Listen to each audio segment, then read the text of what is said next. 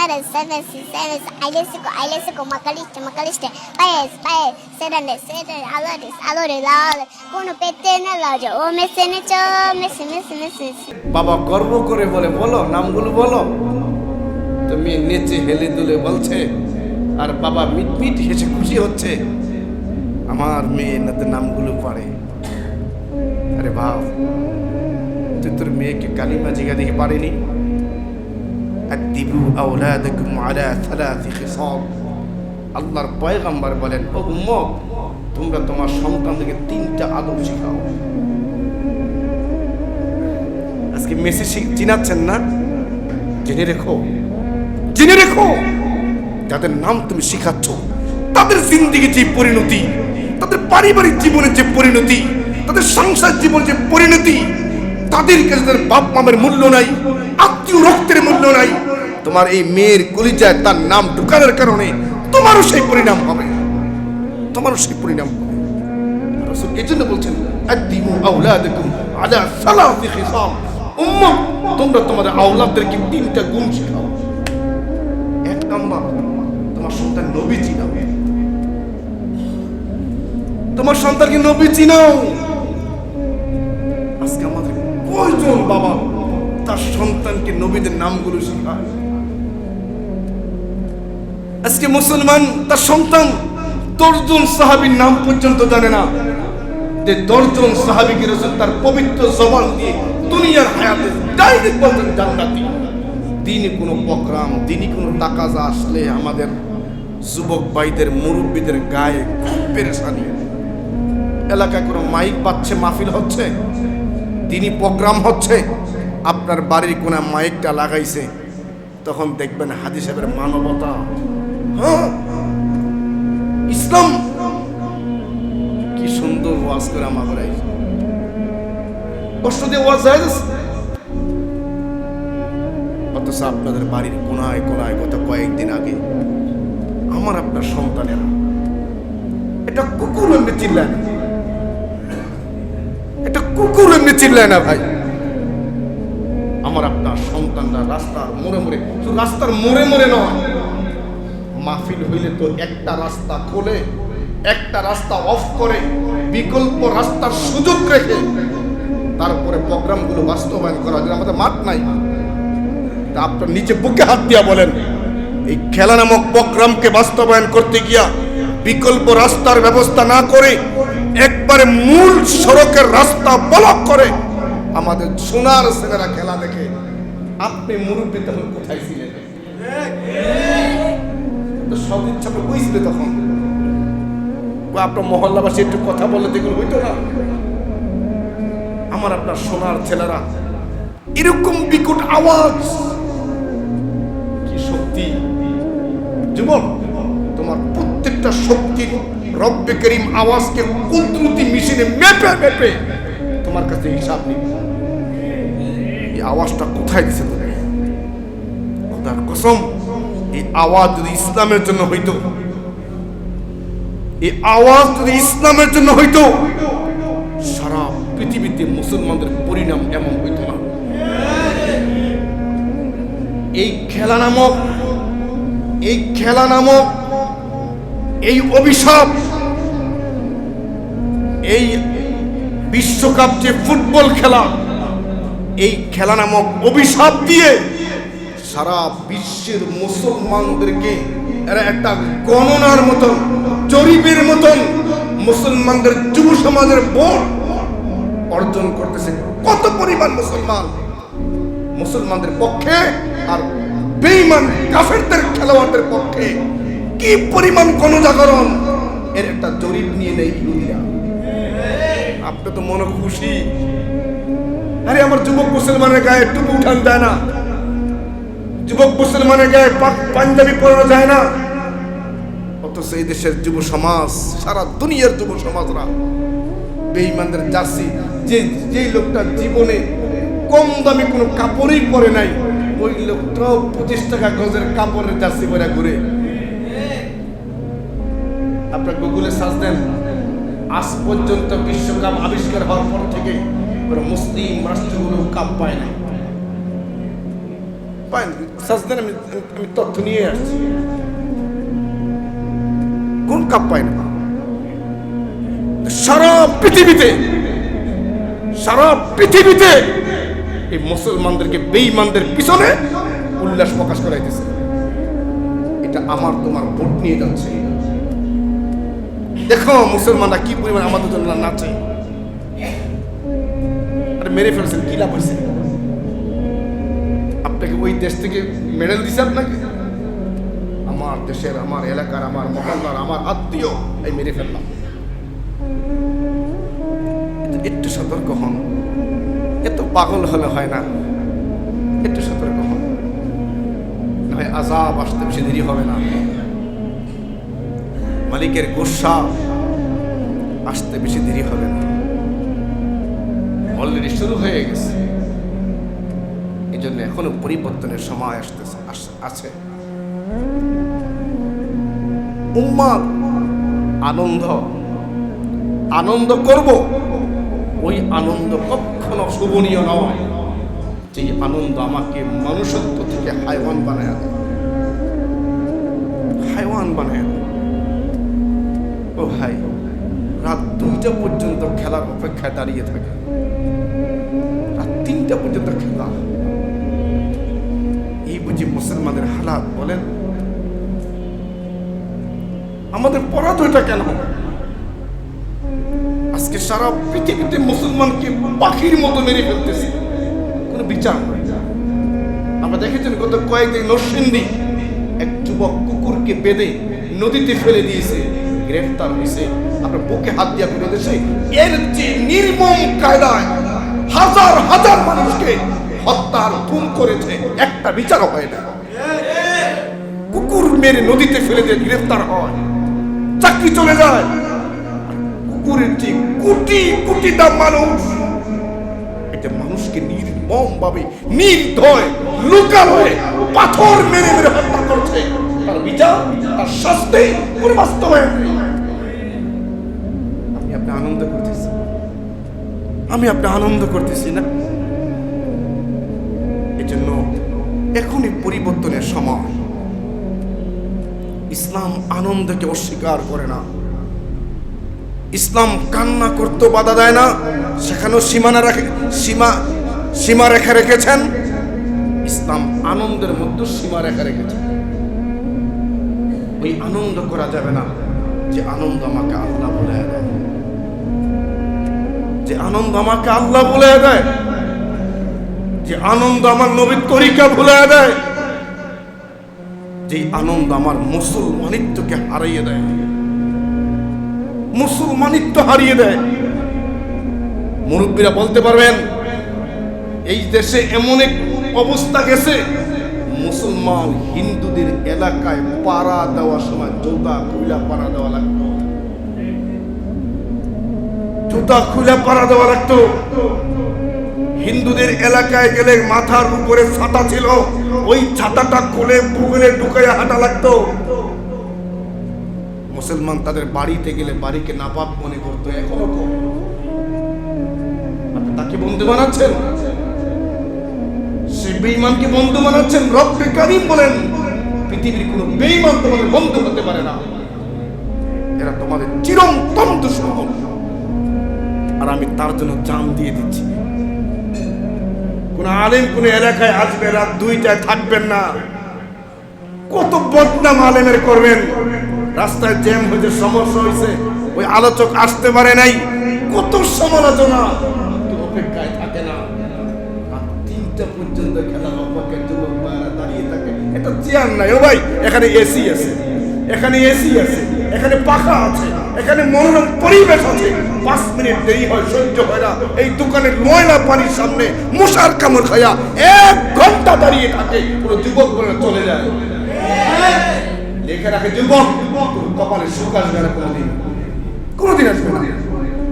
ইসলামকে আগাইতে পারে না, দিনকে আগে রাখতে পারে না, নামাজকে আগে রাখতে পারে না, আল্লাহর হুকুমকে আগে রাখতে পারে না, তারা কখনো সুখ পাবে না। একমাত্র সফলতা, একমাত্র কামিয়াবি আল্লাহ এবং আল্লাহ নবীর তরিকার মধ্যে। ভাই এই খেলাকে তা আপন মানায়েন না, খুব অতিরিক্ত হয়ে যাচ্ছে, খুব অতিরিক্ত হয়ে যাচ্ছে। এই অতিরিক্ত ইসলাম নাম ধারণ করে আমার আপনার শোভা পায় না, আমার আপনার শোভা পায় না। বেঈমানরা মুসলমানদেরকে ইসলামকে অত্যন্ত কুর নজরে দেখে, অত্যন্ত। তারিখ ও দাওয়াত ও আজিমত, এটি ইতিহাসের কিতাবের নাম। আবুল হাসান আলী নদভীর লেখা প্রায় 8 খণ্ড। ওই কিতাবের মধ্যে আছে ইরানের এক রাজপুত্র আমাদের এক আল্লাহওয়ালা বুজুর্গকে পেয়ে বলছে, তুমি বেশি উত্তম না আমার এলাকার কুকুর বেশি উত্তম? তো বেঈমানরা আমাকে আপনি একটু নিচু মনে করেন, আর আপনি তার সামনে স্লোগান দেন না। আমার বাবা কি খুশি, তার ছোট্ট কোলের মেয়ে ওদের 12টা খেলোয়াড়ের নাম পারে। চিন্তা করছেন? বাবা গর্ব করে, এদের নামগুলো তো কঠিন। এই নাম মেয়েটা লোকালয়ে একবারে প্রিন্ট মিডিয়ার সামনে এসে বাবা গর্ব করে বলে, বলো নামগুলো বলো। তো মেয়ে নেচে হেলে দুলে বলছে, আর বাবা মিটমিট হেসে খুশি হচ্ছে, আমার মেয়ে নাতে নামগুলো পারে। আরে বাপ, তুই তোর মেয়েকে কালিমা জিগা দেখে পারেনি? আদিবু আওলাদাকুম আলা সালাসি খিসাল। আল্লাহর পয়গম্বর বলেন, ও উম্মত, তোমরা তোমার সন্তানদেরকে 3টা আদব শেখাও। আজকে মেসি চিনাচ্ছেন না? আজকে বহু যুবকরা তার ছেলেকে মেসি চিনাচ্ছে, নেইমারকে চিনাচ্ছে। আমি 2টা আর নাম জানি না, আমি খেলা সম্বন্ধে কোনো আইডিয়া নেই। আমার ছাত্র জীবন থেকে খেলার কোনো নেশা না, আমি কখনো খেলিও না। একবার খেলতে গেছি, বল মারছে, দৌড়ে এসে বসে, ভয় লাগে। বাস্তব, আমার জীবনে কখনো উপন্যাস পড়ি না। ছাত্র ভাইরা উপন্যাস পড়ে, বেশ উপন্যাস দেখতেই পারি না। এই খেলা আমার আপনার জীবনটা তো বলতে, আদিবু আওলাদাকুম আলা সালাসি খিসাল। রাসূল বলে, উম্মত, তোমরা তোমার সন্তানদের 3টা আদব শিখাও। 1 নম্বর, হুব্বু নাবিয়্যিকুম, তোমাদের সন্তানকে নবী শিখাও, নবীর ভালোবাসা শিখাও। আজকে ছোট্ট বাচ্চাকে নেইমার চিনাচ্ছে,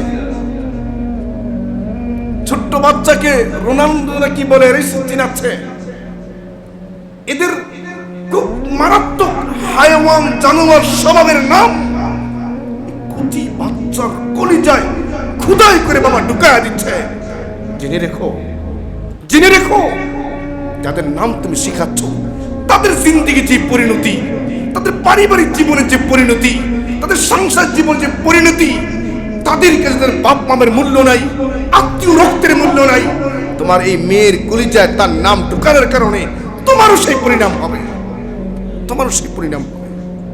রাসূল এজন্য বলছেন, আদিবু আওলাদাকুম আলা সালাসি খিসাল। উম্মত, তোমরা তোমাদের আওলাদদেরকে 3টা গুণ শেখাও। 1 নম্বর, তোমার সন্তান নবী চিনাও, তোমার সন্তানকে নবী চিনাও। আজকে আমাদের কয়জন বাবা তার সন্তানকে নবীদের নামগুলো শেখায়? আজকে মুসলমান তার সন্তান 10 জন সাহাবীর নাম পর্যন্ত জানে না, যে 10 জন সাহাবীকে রাসূল তার পবিত্র জবান দিয়ে দুনিয়ার হায়াতে ডাইরেক্ট বলতেন জান্নাতি। এই 10 জন সাহাবীর নাম মুসলমান বাচ্চা জানে না, অথচ 12 জন খেলোয়াড়ের নাম জানে। 12 না 11 জনের খেলোয়াড়ের নাম জানে। যে একটা নামও স্বাভাবিক না, একটা নামও স্বাভাবিক না। এই নামগুলো সে মুখস্থ পারে, অথচ 10টা সাহাবীর নাম, 10 জন সাহাবীর নাম জানে না। আচ্ছা, না জানলো এটা তো কোনো সমস্যা না, খুব ভয় লাগে। 5টা কালিমা পারে না, কালিমাটা পারে না। আমার বাস্তবতা এমনও দেখেছি, এক এলাকায় দাওয়াত তাবলীগ কাজ করতে গেছি, বিশাল এক মজমা চলছে। আবার নিজের বাস্তবতা বলছি, কালিমা জিজ্ঞাসা করাতে সমস্বরে মজমা থেকে আওয়াজ আসতেছে, সূরা ফাতিহার তেলাওয়াত আসতেছিল। কালিমা আর সূরা ফাতিহার তফাৎ জানে না। বান্দরবনে যে তবলিগে গেছিলাম, সেখানে নবীর নাম জিজ্ঞেস, চুপ করে দাঁড়াইছে। নবীর নাম সে কি বলবে? নবীর নাম সে কি বলবে? চুপ করে দাঁড়ায় রয়েছে। আমি এই ইহুদিরা আমাকে আপনাকে খেলার নামে জরিপ করছে। কোন দেশে কি পরিমাণ আমাদের যুবকদের সমর্থন, একটু তো ভাবি না। আমার আপনার লক্ষ লক্ষ বিলিয়ন টাকা এই খেলার নামে চলে যাচ্ছে, লক্ষ লক্ষ চলে যাচ্ছে। আমার আপনার কোনো গুরুত্ব নেই। আর কোন দিন জাগবেন? আমরা আর কোন দিন জাগবো? এখনো কি আমাদের জাগার সুযোগ হয়নি? এখনো কি সুযোগ হয়নি? আমি আপনি ঘুমিয়ে রয়েছি, রাত সারা রাত আপনার ছেলেটা কুকুরের চেয়ে বিকট আকার ধারণ করে শত শত মানুষ বাসা বাড়িতে, বাচ্চারা, মুরব্বীরা, অনেক আল্লাহওয়ালা নামাজি ঘুমের বিছানায় শুয়ে আছে। আমার আপনার এই ছেলে রাস্তার মধ্যে বিকট আওয়াজে খেলার নামে, আনন্দের নামে যে বিকট আওয়াজ করছে, কে এদেরকে জাগাবে বলেন? এই খেলা একটা অভিশাপ। ইসরায়েল খেলে না, ইসরায়েল খেলায় নাই। ওরা আমার আপনার রক্তে রক্তে উপার্জিত টাকা ট্যাক্স বহন করে আমার তোমার পক্ষে গুলি মারার জন্য প্রস্তুতি গ্রহণ করে। ইসরায়েল খেলার মধ্যে নাই। ওরা সময় পেলে অস্ত্র বানায়, ওরা সময় পেলে অস্ত্র চালান শিখে, আর মুসলমান সময় পেলে আড্ডা মারে, মুসলমান সময় পেলে নারী নিয়ে ঘুরতে যায়, আর টাকা কাটা হলে তো কথায় নেই। মুসলমান নারী, মুসলমান গাড়ি, মুসলমান বাড়ি, দুইটা মুসলমানকে একবার নিচে নামায়া দিছে। এগুলো জরুরত। এই পৃথিবীতে মুসলিম এমন এক রাজা আছে যিনি স্বর্ণের কমটে পায়খানা করেন। সাজদাত পাইবেন আপনারা, স্বর্ণের কমটে পায়খানা করেন। তার নিজস্ব পার্সোনাল বিমানে তার ব্যবহার। মুসলিম রাজা আছে, রাষ্ট্রপতি আছে দেশে, বিশ্বের মধ্যে। এলো মুসলমান। মুসলমানের টাকা হলেই বহির্বিশ্বে বাড়িঘর বানাবার চেষ্টা করে। আরেকজন তো বড় বড় বলতেছে এই দাড়ি, এই পাগড়ি, এই পাঞ্জাবি, এই পাগড়ি, এই পাঞ্জাবি, এদিকে দেখলে বাঙালি মনে হয়।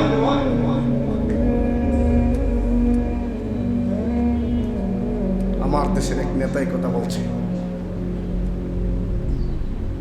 শরীয়তপুরের একজন এমপি হানসালা, উনি পাগড়ি পরে সংসদে যান, পাঞ্জাবি পরে সংসদে যান, দাড়ি রেখে সংসদে যান। এক নেতা প্রশ্ন উঠাইছে টকশোতে এসে যে এই যে পাঞ্জাবি পরে উনি যান, দাড়ি রেখে উনি যান, পাগড়ি পরে উনি যান, উনি কি বাঙালি? দাড়ি না রাখা, প্যান্ট শার্ট পরা, এটা বাঙালির পরিচয় পাইছে। এরকম বাঙালি যারা আপনাদের পায়ে হাত রাখা বলি, ওই এরকম নামদারি বাঙালিরা বাংলার ভালোবাসার মিথ্যা ধোকা দিয়ে তাদের কোটি কোটি টাকা সুইস ব্যাংকে জমা। ওদের বাড়ি বহির্বিশ্বে। এই পাগড়িওয়ালা, টুপিওয়ালা, দাড়িওয়ালা আমার আপনার কারণ সুইস ব্যাংকে টাকা নাই, বহির্বিশ্বে বাড়ি নাই। দেখেন এদের মনের মধ্যে দাড়ি নিয়ে, পাগড়ি নিয়ে, পাঞ্জাবি নিয়ে কি পরিমাণ ঘৃণা। আপনারা যেন এদিকে ধাবিত না হন, তাই মেসেজগুলো বলে দিলাম। এগুলো আল্লাহর নবীর সুন্নাহ, এগুলো আল্লাহর নবীর সুন্নাহ। এগুলো আমার ঈমান, এগুলো আমার ঈমান, এগুলো আমার ঈমান, এগুলো আমার ঈমান, এটা আমার অস্তিত্ব। আজকে আমি বেঈমানদের সাথে সুর মিলাইলে সাময়িক কিছু বাহবা পাওয়া যাবে, কিন্তু এদের পরকাল এই জগৎ উভয় জগৎ ধ্বংসের ধার প্রান্তে। এরকম বাড়াবাড়ি যারা করছে তাদের যে পরিণাম হয়েছে, এখনো যারা ওই দিকে হাঁটার পায় তারা করছে, এদের পরিণাম এর চেয়ে ভয়ঙ্কর হবে, এর চেয়ে ভয়ঙ্কর হবে। ইসলাম নিয়ে বাড়াবাড়ি ঠিক এত এত ঠিক তার গতি সে চলবেই চলবেই। এই জন্য আমি অনুরোধ করবো আমার যুবক ভাইদেরকে, আমার মুরব্বী বাবাদেরকে, আমাদের সন্তানরা তাই করছে, সময় বড় মূল্যবান। আল্লাহ আমাকে আপনাকে অনেক মায়া করে মহাব্বত করে বানাইছে। আমি আপনাদের সামনে একটা আয়াত পড়েছিলাম, আল্লাহ তাআলা বলেন আল্লাযী খালাকা সাবআ সামাওয়াতি তিবাকা। আল্লাহ তাআলা বলেন এই আসমান এই জমিন আমি আল্লাহ স্তর স্তর করে বানাইছি। আল্লাহ কত বড়, আমার আল্লাহ কত বড়, এই কুদরত দেখবার চান, আল্লাহ কত বড় মাপতে চান, আল্লাহ কত বড় বুঝতে চান, তাহলে মিস্ত্রি কেমন, মিস্ত্রিটা কেমন, ইঞ্জিনিয়ারটা কেমন, তার কাজ দেখলে বোঝা যায়। ইঞ্জিনিয়ারটা কত পাকা, মিস্ত্রি কত পাকা, এটা অনুমান করা যায় মিস্ত্রির কাম দেখলে। আমার আল্লাহ কত বড়, আল্লাহর বরত্ব বোঝা যায় আল্লাহর বানানো এই সৃষ্টি জগৎ দেখলে। আল্লাহ কত বড়, আল্লাহ কত বড়। হাদিসের কিতাব এসেছে যে আল্লাহ কত বড়। আপনারা জানেন এই পৃথিবী ইসলামী ইতিহাসে আমরা সকলে জানি বড় বড় 4 জন ফেরেশতা আছে, জানেন না সবাই? অগণিত ফেরেশতা, এর মধ্যে স্পেশাল 4 জন। 1 নম্বরে জিবরাইল, 1 নম্বরে কি, তারপরে নাম বলেন, সিরিয়াল মেন্টালি, আমি সিরিয়াল উল্টা পাল্টা হলে জরিমানা করুন না, তো নামগুলো কোন খেলোয়াড় নামগুলো বলে বলে ফেলতেন। জিবরাইল, ইসরাফিল, মিকাইল, আজরাইল বলি না আমরা। এক একটা ফেরেশতার দায়িত্ব আছে। যেমন বৃষ্টির মেঘ পরিচালনার দায়িত্ব কোন ফেরেশতা করেন? হ্যাঁ বলেন, মিকাইল আলাইহিস সালাম। উনি কত বড়। দাকাইকুল আখবার একটি ইমাম গাজালি কিতাব আছে, ওই কিতাবের মধ্যে আছে এই ফেরেশতারা কত বড়, মিকাইল আলাইহিস সালাম কত বড়। ওই কিতাবে আছে এই পৃথিবীতে আল্লাহ যত পানি বানাইছে, যত পানি, আমি আপনি পানি দেখি নদীতে, আমি আপনি পানি দেখি সমুদ্রে, আমি আপনি পানি দেখি খাল বিলে, আমি আপনি পানি দেখি নদ নদীতে, বিভিন্ন ডুবায়, বিভিন্ন জলাশয়ে পানি দেখি না। পানি আল্লাহ তাআলা এই সিস্টেমের চেয়েও আরো একাধিক কুদরতি সিস্টেমে আল্লাহ তাআলা পানিকে সংরক্ষণ করে রেখেছে। 1 নম্বর, এই পৃথিবীতে আল্লাহ যত কলা গাছ বানাইছেন সেখানে পানি নেই। পৃথিবীর সব কলা গাছ এক জায়গায় করে কত টন পানি, আপনি বলেন দেখি, বাঁশ গাছে পানি নেই। এই পৃথিবীতে কি বাঁশ গাছ আছে, এই পানিগুলো যাবে। আপনি জানেন এই পৃথিবীতে একটা বরফের দেশ এলাকা আছে, শুধু বরফ কি নাই মানচিত্রে। ওই বরফগুলোর মধ্যে যে যদি ওই বরফগুলো গলে যায়, সেখানে কি পরিমাণ পানি আছে? শুধু কি বরফে, বাষ্পে পানি আছে, বাষ্প করে রেখেছে আল্লাহ তাআলা। এটা এমনি উড়ে, পানি লাগে গায়ে। এরকম হাজারো কায়দায়, হাজারো সিস্টেমে আল্লাহ তাআলা পানিকে সংগ্রহ করে রেখেছেন। সব পানি, পৃথিবীর সব পানি, আল্লাহ যত জায়গায় পানি, সব পানি যদি এই ফেরেশতা যিনি বৃষ্টির দায়িত্বে আছেন মিকাইল আলাইহিস সালাম, তার মাথায় ঢেলে দেওয়া হয়। আমাকে খাল বিলে পানি, সমুদ্রের পানি, নদীর পানি না, পৃথিবীতে আল্লাহ পুরো কায়নাতে আল্লাহ যত সিস্টেমে পানিকে হেফাজত করেছেন সব পানি যদি ওই ফেরেশতার মাথায় ঢেলে দেওয়া হয়, সব পানিগুলো ঘাড়ে আসার আগে, ওই ফেরেশতার ঘাড় পর্যন্ত আসার আগে সমস্ত পানিগুলো শুকিয়ে যাবে। মাথাটা আমার মতো ছোট, আপনার মতন বড়, আপনার মনে বিষয়টা আন্দাজ করতে পারেন নাই। যদি মাথায় পানিটা ঢেলে দিলে পৃথিবীর সমস্ত সিস্টেমের পানি এই ফেরেশতারা মাথায় ঢেলে দিলে ঘাড় পর্যন্ত আসতে শুকিয়ে যায়, তাহলে মাথাটা ছোট, হ্যাঁ কত বড় বুঝেন না মনে আপনারা? এই মাথাটা কত বড়। আচ্ছা এমন কি দেখছেন মাথা বিশাল বড়, দেহটা ছোট? হ্যাঁ, যে কোনো ব্যক্তির মাথা বড় হয় আর শরীরে চিপা হয়, কেমন দেখা যায়? আপনি কি ওই মিকাইল ফেরেশতা এমন ভাবছেন ওরা মাথাটাই বড় দেহটা ছোট? এই বিশাল মাথাটা যে বডিতে আছে, ওই বডিটা কত বড় বুঝেন না মনে হয়? এই বিশাল মাথাটা যে বডিতে আছেন, ওই বডিটা কত বড়? এত বড় বিশাল বডি, এত বড় বিশাল মাথা, যে রব বানাইছেন ওই রব কত বড়? ওই রব কত বড়? সেই রব বলেন আমি এই জমিন এই আসমান স্তর স্তর বানাইছি। ভাগ ভাগ করে আসমানকে বানাইছেন, ভাগ ভাগ করে জমিন বানাইছেন। এটা অনেকে আল্লাহ মানতে চায় না, দেখি না মানি না। কোরআন আল্লাহ স্পষ্ট বলেছেন ইউমিনুনা বিল গায়ব, ইউমিনুনা বিল গায়ব। এর স্পষ্ট মুরব্বিদের ব্যাখ্যা হলো, আকাবির আসলাফাত মুফাসসিরের ব্যাখ্যা হলো, তোমার যুক্তিতে যা ধরে না, খুব ভালো করে বুঝেন, আমার যুক্তিতে আসুক বা না আসুক, আমার আকলে ধরক বা না ধরুক, আমার কাছে ভালো লাগুক বা না লাগুক, ইসলাম আল্লাহর হুকুম মানাই ঈমান। আপনার বুঝে আসবে তারপরে মানবেন না, এটা ঈমান না। আপনি চোখে দেখবেন তারপরে মানবেন, ঈমান না, এটা ঈমান না। আমি চোখে দেখি বা না দেখি, আমার বুঝে আসুক বা না আসুক, আমার আকলে ধরুক বা না ধরুক, ইউমিনুনা বিল গায়ব।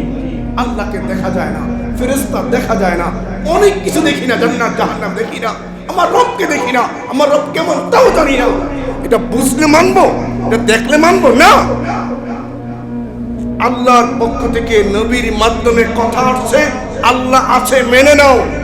এটা বুঝে আসুক বা না আসুক, তোমার আকলে ধরুক বা না ধরুক, তোমার ভালো লাগুক বা না লাগুক, বিশ্বাস করার নাম ঈমান। অনেকে আল্লাহ মানে না, আল্লাহ কই?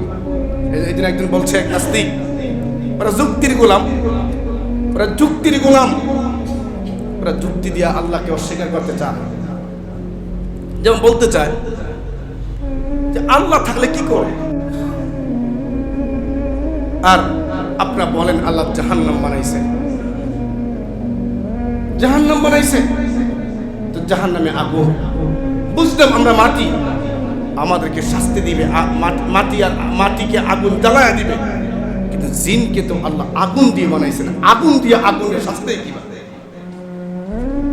এটা বুঝে আসে। এই প্রশ্ন এক আলেমের কাছে বলছে, ওই আলেম বলে আমি তোমার উত্তর দেবো। আল্লাহ কি কাজ করে?